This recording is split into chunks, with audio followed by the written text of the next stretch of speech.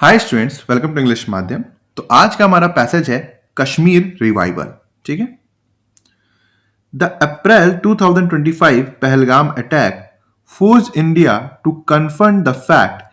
कह रहा है कि अप्रैल 2025 पहलगाम जो अटैक हुआ था उसने भारत को मजबूर कर दिया है ऐसा मानने के लिए, कन्फर्म मतलब मानने के लिए, the fact that tourism recovers only when visitors can predict what will happen to them। कह रहा है कि टूरिज्म तभी रिकवर होगा जब विजिटर्स को पता होगा कि उनके साथ क्या होने वाला है। मतलब उनको ये पता होगा कि अगर वो वहां पर जाएंगे तो वो सेफ रहेंगे, उनके साथ कोई घटना नहीं घटेगी, तभी जो है वो टूरिज्म रिकवर हो सकता है। And local communities see credible benefits from keeping the sites open। और जो वहां की लोकल कम्युनिटीज होगी उसको ये पता होगा कि क्रेडिबल बेनिफिट्स होगा अगर वो साइट्स को ओपन रखते हैं तो। मतलब कि उनको बेनिफिट होगा ही होगा अगर ये चीज उनको पता होगी। और जो टूरिज्म है, जो टूरिस्ट हैं, अगर वो वहां जाते हैं तो उनको ये पता है कि उनके साथ कोई घटना नहीं घटेगी। इसी कंडीशन में टूरिज्म जो है वो रिकवर करेगा ऐसी बड़ी घटना होने के बाद। फॉलोइंग द अटैक, अटैक होने के बाद the local administration close 48 government approve tourist site. कह रहा है कि जो लोकल एडमिनिस्ट्रेशन था, डिपार्टमेंट था, उसने 48 गवर्नमेंट जो अप्रूव टूरिस्ट साइट थे उसको क्लोज कर दिया था। Later reopening them in phases, और फिर धीरे धीरे करके उसको खोला, इंक्लूडिंग 14 ऑन फरवरी 16। अभी हाल ही 16 फरवरी में उन्होंने 14 साइट्स खोली। Tourist have rated the Kashmir valley as relatively safe. कह रहा है कि जो यात्री आते हैं, टूरिस्ट आते हैं, वो कश्मीर वैली को ज्यादातर कहते हैं भाई सेफ है, ऐसी कोई खतरा नहीं है। Overall while still differentiating types of risk, मगर उसके बावजूद भी वो अलग अलग खतरे की बात करते हैं, अलग अलग खतरे के बारे में बताते हैं। Which means that tourism policy in the region needs to focus on what visitors can be certain about। कह रहा है कि इसका मतलब ये है कि जो टूरिज्म पॉलिसी है उसको जरूरत है कि इस चीज पे फोकस करे कि किस चीज के लिए जो विजिटर्स हैं वो सर्टेन हो सकते हैं, श्योर हो सकते हैं। And whether the state has a fixed and lucid rational for closing और रीओपनिंग साइट। कह रहा है कि क्या स्टेट के पास एक फिक्स्ड और क्लियर लॉजिक है, रैशनल मतलब लॉजिक है, तर्क है कि क्यों वो साइट्स को क्लोज करते हैं और क्यों रीओपन करते हैं। मतलब जब वो क्लोज करने जा रहे हैं तो उनके पास एक ठोस कारण होना चाहिए, या रीओपन करने जा रहे हैं तो उनके पास लॉजिक होना चाहिए। In the union budget 2026-27 announcement, कह रहा है कि यूनियन बजट 2026-27 के अनाउंसमेंट में finance minister Nirmala Sitharaman described a two pronged plan to enhance tourism. उन्होंने इस क्षेत्र में टूरिज्म बढ़ाने के लिए दो तरफा प्लान बताया, मतलब दो तरफा योजना बताई कि दो तरीके से चीजों को किया जा सकता है। एक तो है इंस्टीट्यूशनल कैपेसिटी बिल्डिंग, मतलब वहां पे ये जो टूरिज्म से रिलेटेड जितने भी डिपार्टमेंट हैं उसको मजबूत करना, उसको बनाना। एंड डेवलपिंग ट्रेल्स, एक तरीके से जो वहां पे पैदल चलने वाले रास्ते हैं उसको डेवलप करना। एंड हेरिटेज साइट, और जो भी ऐतिहासिक वहां पे चीजें हैं, जगहें हैं, उसको डेवलप करना। She also singled out the development of ecologically sustainable mountain trails in Jammu and Kashmir. Nirmala Sitharaman ji ने सिग्नल्ड आउट मतलब बहुत ज्यादा जोर देकर इस बात को कहा कि वो माउंटेन ट्रेल मतलब माउंटेन से गुजरने वाले रास्तों को डेवलप कर रही हैं जो कि इकोलॉजिकली सस्टेनेबल है, मतलब वो पर्यावरण को नुकसान नहीं पहुंचाएंगे, वो इन्वायरमेंटल फ्रेंडली है। कहां पर? जम्मू एंड कश्मीर में। विच इज गुड, जो कि अच्छी बात है, बिकॉज फॉर्मल ट्रेल्स, फॉर्मल मतलब ट्रेल जो गवर्नमेंट बना रही है, एडमिट बेटर मैनेजमेंट, वहां पे बेटर मैनेजमेंट होता है, इंक्लूडिंग टिकटिंग, मतलब वहां पे आप टिकट्स ले सकते हो, परमिट्स होते हैं वहां पर जो सही होते हैं, डिप्लॉयमेंट ऑफ रेंजर्स होते हैं, मतलब हम रेंजर्स को वहां डिप्लॉय कर सकते हैं, जितने भी सैनिक हैं उनको वहां डिप्लॉय कर सकते हैं लोगों की सिक्योरिटी के लिए। एंड मेडिकल फैसिलिटीज, और हम मेडिकल फैसिलिटीज की भी सुविधा प्रोवाइड कर सकते हैं। And reduce fragility by diversing the Kashmir experience, और साथ ही साथ हम क्या कर सकते हैं कि मान लो कि अगर जब ये नए नए रास्ते बन जाएंगे तो हम उन इलाकों में भी जा सकेंगे जहां पे पहले टूरिस्ट नहीं जा पाते थे। अब क्या था कि ये पहले रास्ते थे नहीं, तो ये एक ही स्पॉट में सारे टूरिस्ट आ जाते थे, जिससे क्या था कि एक ही जगह के ऊपर बहुत ज्यादा प्रेशर पड़ता था।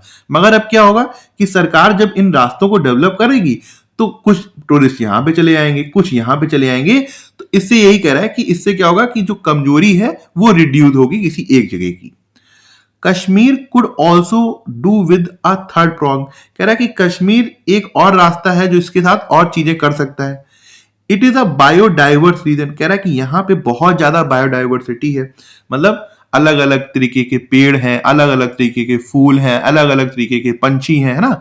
तो जो हम लोगों ने बायोडाइवर्सिटी के बारे में पढ़ते हैं हम लोग, तो it is a biodiverse region that has become heavily militarise, मगर यहाँ पर बहुत ज्यादा आर्मी इस समय लगी हुई है, बहुत ज्यादा ये मिलिट्री वाला एरिया हो गया है। And shared environmental governance can help build trust, कह रहा है कि अगर गवर्नमेंट और जो वहां के लोग हैं वो मिलकर इन्वायरमेंट के लिए काम करें तो एक दूसरे के ऊपर भरोसा डेवलप कर सकते हैं। The central government should consider paid civic roles rather than relying only on volunteer awareness campaign, कह रहा है कि सरकार को सिर्फ वॉलेंटियर अवेयरनेस कैंपेन के ऊपर ही रिलाय नहीं करना चाहिए, उसी के ऊपर मतलब एक तरीके से निर्भर नहीं रहना चाहिए। सरकार को करना क्या चाहिए कि लोकल लोगों को एक तरीके से नौकरियां देनी चाहिए, उनको वहां पे पेमेंट देनी चाहिए, जिससे वो उनको भी अपने साथ इन्वॉल्व कर सकें।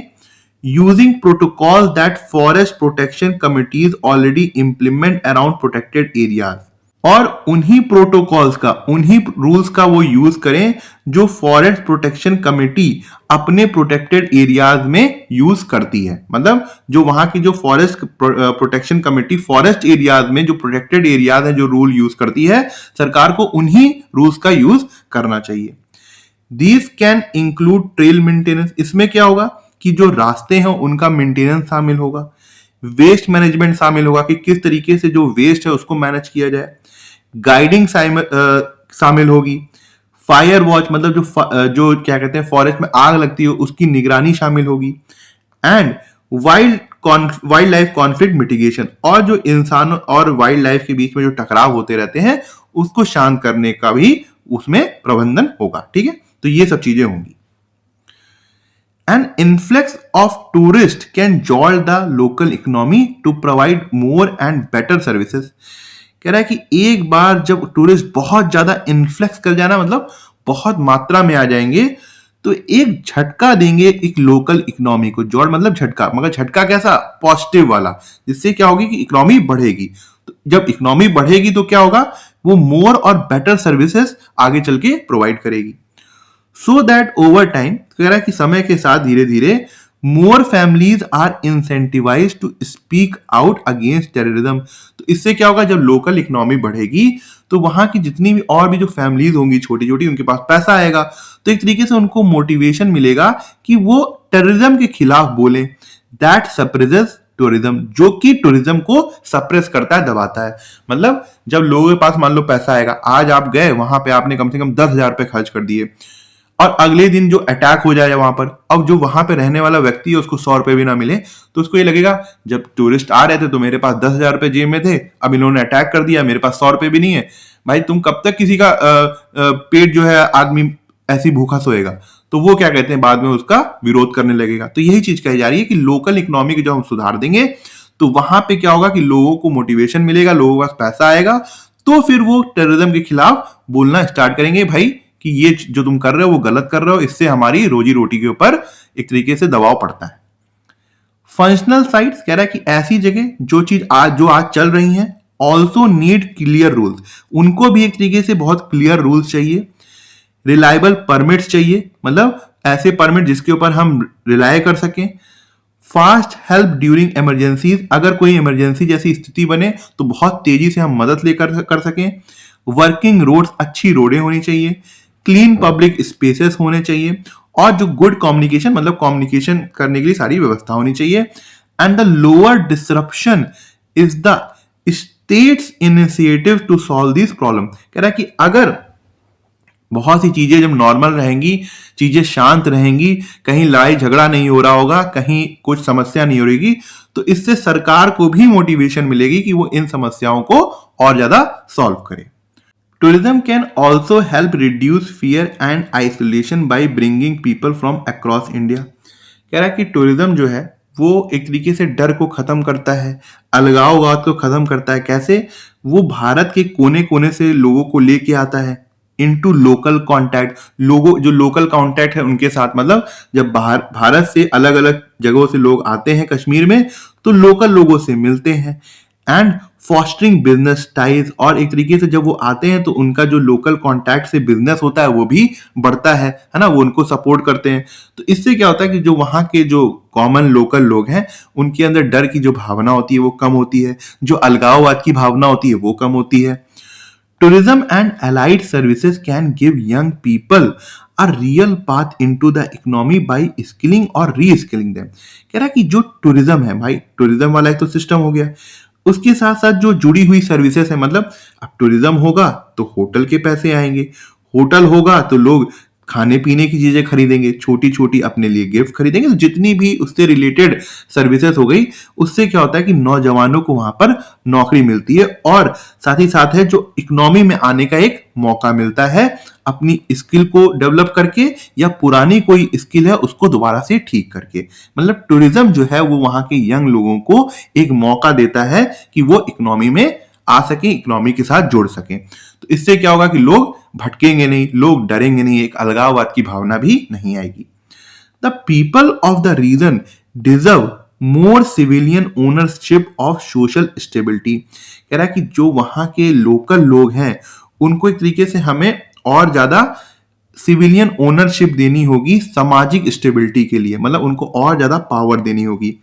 एंड मोर नेगोशिएटिंग पावर, और ज्यादा नेगोशिएटिंग पावर देनी होगी, specially one that outstrip their cause for resentment. और इतनी ज्यादा नेगोशिएटिंग पावर देनी होगी कि जो उनके अंदर रिसेंटमेंट की फीलिंग है, नाराजगी की फीलिंग है, वो बहुत ज्यादा छोटी दिखने लग जाए उसके सामने।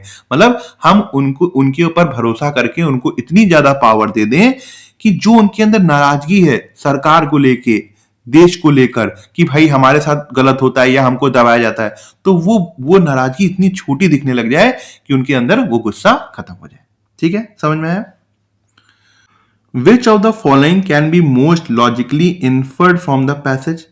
कह रहा है कि कौन सा निष्कर्ष जो है जो हम पैसेज से समझ सकते हैं वो इन चारों सेंटेंस में से कौन सा है।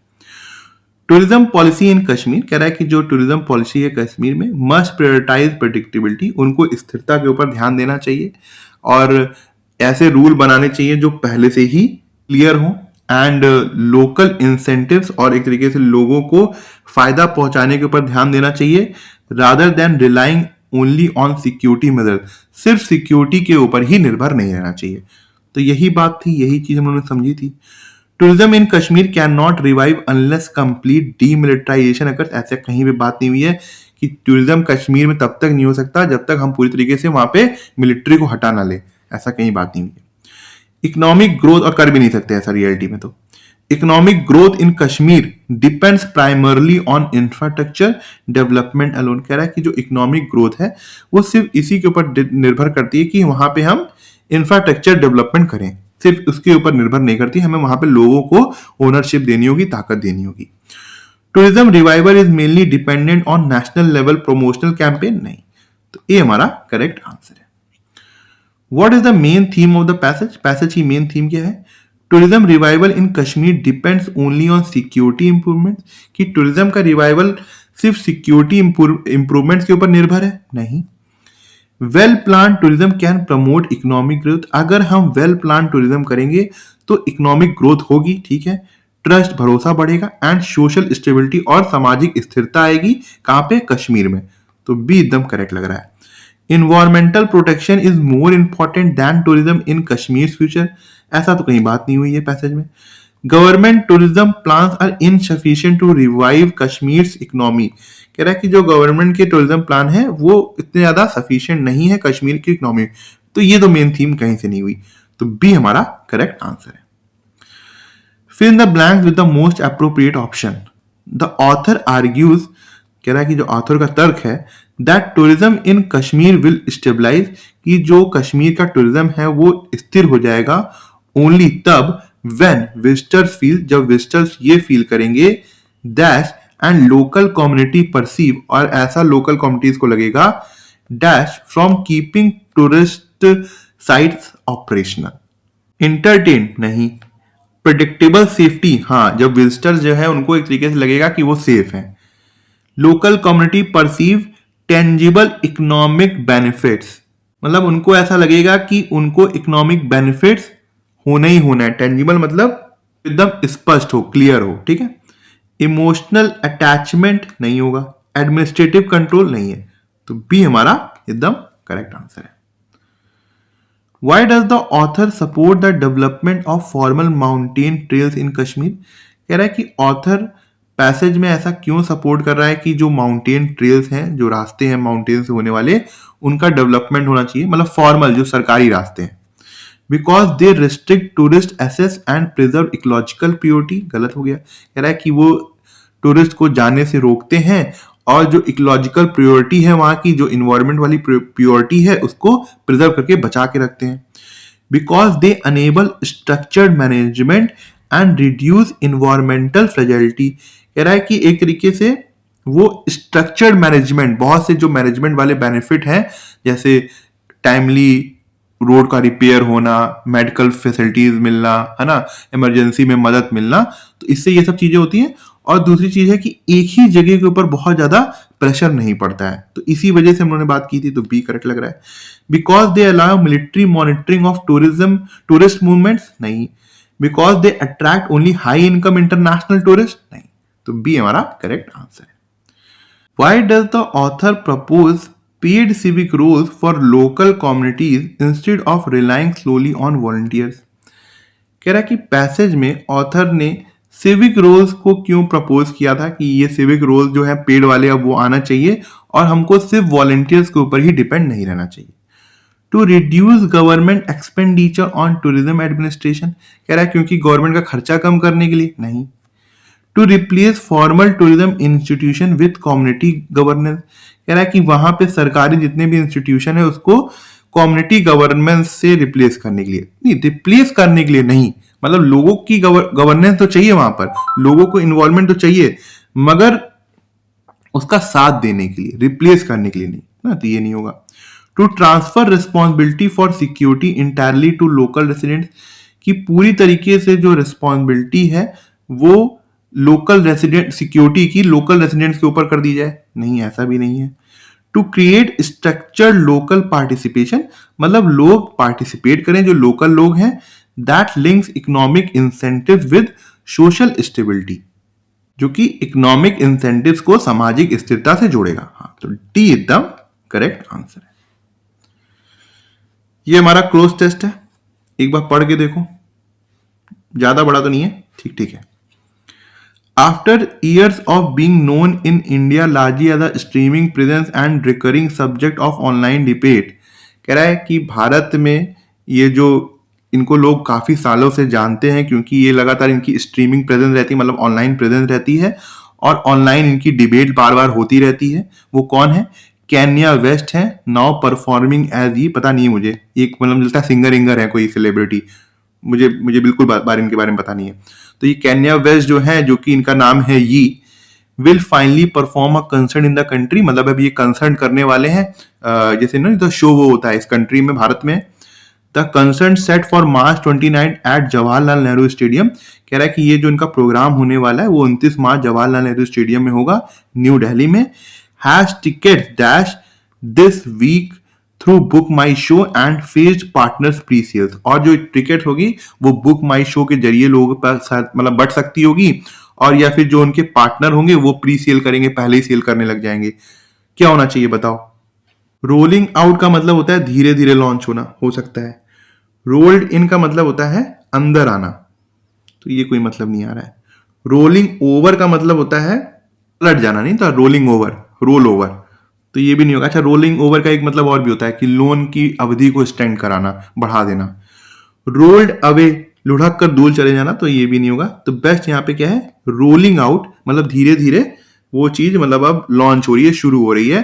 Has tickets rolling out this week through BookMyShow and phased partner pre sales. For an artist, कह रहा है कि आर्टिस्ट के लिए whose work has travelled widely without a touring footprint in the country, जिनका काम पहले ही उस देश में आ गया है जहां पर वो पहले कभी आई नहीं है. द अनाउंसमेंट फील्स लेस, कह रहा है कि ये जो अनाउंसमेंट आई है वो इस तरीके का फील हो रहा है दैन क्यूरियसली माइंड, कि बड़ा अजीब है. क्या होना चाहिए? The announcement feel less over due, कि ऐसा लगा है कि ये जो अनाउंसमेंट है वो बहुत देरी से तो नहीं आई है. मतलब लोग जिस देश में इतना ज्यादा उनको लोग पहचानते हैं या जानते हैं, तो एक तरीके से शायद कह रहा है कि फिर भी जो लेट वो आ रहे हैं तो अभी देरी तो नहीं हुई है, मगर थोड़ा सा अजीब टाइम है. क्यूरियसली टाइम मतलब थोड़ा सा अजीब वक्त में उनका कंसर्ट हो रहा है. हायरोग्लिफिक्स एक तरीके की लिपि होती है, भाषा होती है, तो ये तो नहीं होगा. प्रीमेच्योर, पहले कोई मतलब नहीं आ रहा. Feel less premature. रिडंडेंट मतलब कोई चीज एकदम जिसका कोई यूज ना हो, फालतू हो, तो ये भी नहीं आ रहा मीनिंग. तो बेस्ट यहां पे क्या आ रहा है? A, overdue. Feels less overdue than curiously time. India has only recently become a routine stop on global itineraries. कह रहा है कि अब जो बड़े बड़े सेलिब्रिटीज का शेड्यूल होता है, अब इंडिया जो है एक स्टॉप बनने लगा है रूटीनली, मतलब अब लगातार लोग यहाँ पे आते हैं. एंड ये arrive not as legacy act revisiting familiar territory. कह रहा है कि जो ये है वो ऐसा नहीं है कि वो पहले इस देश में आ चुके हैं इसलिए उनको लोग बहुत जानते हैं, उनकी बहुत ज्यादा फेम है यहाँ पर. वो बस आ रहे हैं, but as someone whose relevance depends on constant reinvention, जो कि अपनी जैसे पॉपुलैरिटी को बनाने के लिए अलग अलग चीजों को ट्राई करने वाले एक तरीके से वो सिंगर हैं या फिर आर्टिस्ट हैं. तो कह रहे हैं कि वो ऐसा नहीं है कि वो भारत में आ चुके हैं इसलिए अब आ रहे हैं, क्योंकि उनको नई नई चीजें पसंद है, नया नया चीजें करना पसंद है अपने आप को पॉपुलर रखने के लिए, इसलिए वो आ रहे हैं. Across his dash, the shifts are difficult to compress into single narrative. कह रहा है कि अगर हम उनकी एक तरीके से पूरी कहानी की बात करें तो जितना भी सब कुछ हुआ उसको एक ही कहानी में, एक ही नैरेटिव में बताना काफी ज्यादा डिफिकल्ट है. अर्ली रिकॉर्ड्स, रिकॉर्ड्स का मतलब यहाँ पे जो उन्होंने पहले म्यूजिक रिकॉर्ड कर रखे होंगे, such as the college drop out, जैसे कि कॉलेज ड्रॉप आउट हो गया, ठीक है, we're build around soul samples and conversational story telling. थोड़ा सा यहाँ पे स्टोरी वाला सेंस आ रहा है ना, कंटेंट, तो हो सकता है मैं आपको कुछ चीजें एकदम एग्जैक्टली ना बता पाऊं. जैसे सोल सैंपल्स हो गया, एक तरीके की स्टाइल होती है ये गाने की, जो थोड़ा बहुत मैंने देखा था कि अफ्रीका में यूज करते हैं, तो उसको मुझे नहीं पता कि क्या है ये. तो कह रहा है कि जो कि सोल सैंपल स्टाइल में थोड़ा सा डिपेंड है ये गाना, और कन्वर्सेशनल स्टोरी टेलिंग मतलब बातचीत जो होती है उसके ऊपर थोड़ा सा बेस्ड है. मतलब गाना नहीं तो सुनते हो इंग्लिश का जहां पे लय वय नहीं होती, बस लोग बोलते ही जाते हैं, तो इस तरीके का गाना था ये. 808 कोई एल्बम होगा, और ये हार्ट ब्रेक जो एक एल्बम होगा, redirected mainstream rap toward electronic melancholy. Melancholy मतलब उदासीनता होती है, तो एक तरीके से ये जो गाने होंगे बहुत ज्यादा फास्ट होंगे, इलेक्ट्रॉनिक गिटार के ऊपर होंगे, तो पूरी तरीके से जो उदासीनता थी वो इन सब गाने के ऊपर रीडायरेक्ट कर दी गई. मतलब उदासपना दिखाया गया, एटमॉस्फेयर दिखाया गया, मगर बहुत ही ज्यादा रैप उसमें बहुत तेजी तेजी से जो गाने होते हैं उसमें. Yeezus pared sound down to near abrasion, और एक जो यीजस जो इन्होंने एल्बम निकाला था उसमें इतने कम शब्दों का यूज किया कि एक तरीके से वो एकदम रॉ, एकदम रूखा बन गया. Donda expanded outward into stadium scale. कह रहा है कि जो डोंडा उन्होंने एल्बम निकाला वो इतना ज्यादा मतलब उसका वो इतना ज्यादा पॉपुलर हुआ कि वो स्टेडियम की स्केल में आ गया, लोग वहां पे इतना ज्यादा देखने आने लगे उसको. लिसनिंग इवेंट्स दैट ब्लड, जिसमें एक तरीके से लोगों कंफ्यूज हो गए release strategy and performance art को लेकर, कि किस तरीके से म्यूजिक को रिलीज किया जाए, किस तरीके से लाइव परफॉर्मेंस दी जाए, इसी चीज में कंफ्यूज हो गए. तो ये तरीके से उनके जो एल्बम थे जो निकले, उन्होंने क्या किया ये बात हो रही थी. अब क्या हो सकता है? अक्रॉस हिज टिटर, टिटर का मतलब होता है हल्की हंसी, तो नहीं आ रहा. एंथोलॉजी मतलब होता है कि स्टोरी का कलेक्शन.